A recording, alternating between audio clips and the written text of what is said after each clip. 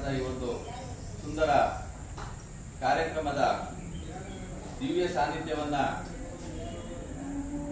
ವಹಿಸ್ಕೊಳ್ಬೇಕು ಅಂತೇಳಿ ನಮ್ಮ ಪರಮ ಪೂಜ್ಯರು ಆದಂಥ ಶ್ರೀ ಶ್ರೀ ನಿಶ್ಚಲಾನಂದ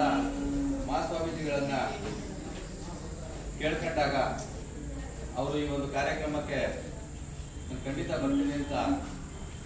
ಒಪ್ಪಿ ಆಗಮಿಸಿದರೆ ಮಂಡ್ಯ ಜಿಲ್ಲೆಯ ಜನತೆಗೆ ನಮ್ಮ ಪರಮ ಪೂಜ್ಯರ ಪರಿಚಯ ನಾವೇನು ಮಾಡಿಕೊಡ್ಬೇಕಾಗಿಲ್ಲ. ಇಡೀ ಮಂಡ್ಯ ಜಿಲ್ಲೆಯ ಜನತೆ ಮತ್ತು ಕರ್ನಾಟಕದ ಜನತೆ ಒಬ್ಬ ದಕ್ಷ, ಪ್ರಾಮಾಣಿಕ, ನಿಷ್ಕಳಂಕ ವ್ಯಕ್ತಿತ್ವದ ಒಬ್ಬ ಅಧಿಕಾರಿಗಳನ್ನೇನಾರ ನಾವು ಕಂಡಿದ್ದೀವಿ ಅಂದರೆ ಅದು ನಮ್ಮ ಪರಮ ಪೂಜ್ಯರು. ಅವರ ಅಧಿಕಾರ ಅವಧಿಯಲ್ಲಿ ನಾವರು ಕಂಡಂತಹ ಒಬ್ಬ ದಕ್ಷ ಆಡಳಿತಗಾರರಾಗಿ ಬಡ, ನೊಂದ ರೈತರಿಗೆ ಮತ್ತು ಮಹಿಳೆಯರಿಗೆ ಮತ್ತು ಈ ಸಮಾಜವನ್ನ ಸುಧಾರಣೆ ಮಾಡ್ತಕ್ಕಂಥ ನಿಟ್ಟಿನಲ್ಲಿ ಪ್ರಾಮಾಣಿಕವಾಗಿ ಸೇವೆಯನ್ನ ಮಾಡಿ ನಂತರ